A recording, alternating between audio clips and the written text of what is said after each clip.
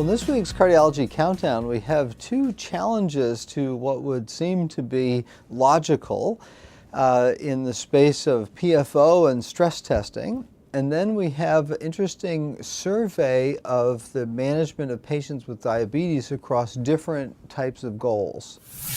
So to begin with, we have a look at over 1,000 patients with patent foramen ovales seen on TE echo, followed for 11 years in a huge cohort with this long-term follow-up. It was 1,100 patients, a community-based analysis. And interestingly, they found no difference in the risk of stroke in those who had a PFO versus not. And they analyzed it with multivariable adjustment.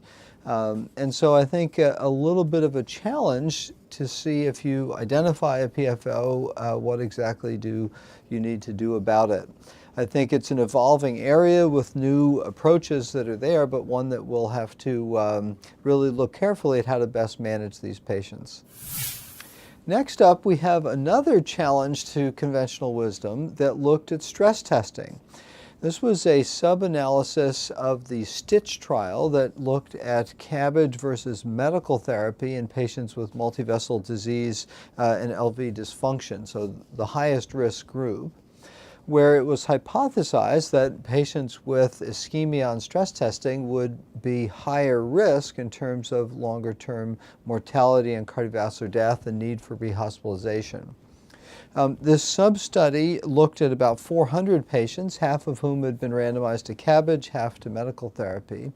And a little bit surprisingly, there was no difference at all in mortality or cardiovascular death in those who did or didn't have ischemia, and that was true when controlling for other variables. They also found no interaction with CABG and medical therapy, so this was true in either group. And so a bit of a challenge. I think we nonetheless look for ischemia, but they note in this paper that the decision for revascularization has to be based on a complete clinical picture. And our number one pick is a look in the New England Journal at the management of diabetes, but across all the various goals that we seek for managing patients with diabetes. Now, this was a survey from the NHANES that looked at a 10-year period roughly from just before 2000 to 2010 to see at the relative change in glycemic control, blood pressure control, and lipid management. They saw a modest 8% improvement in the percentage of people who had a hemoglobin A1C less than 7, the current target goal.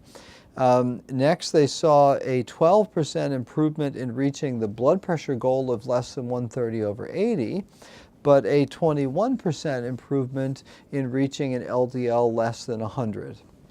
So nice trends, although they point out that between a third and nearly half of patients don't meet individual goals in an absolute term, and only 14% met all three of those seemingly obvious goals to try and reach.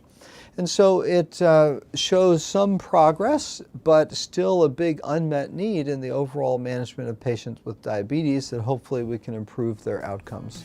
So for this week's Cardiology Countdown, I'm Chris Cannon.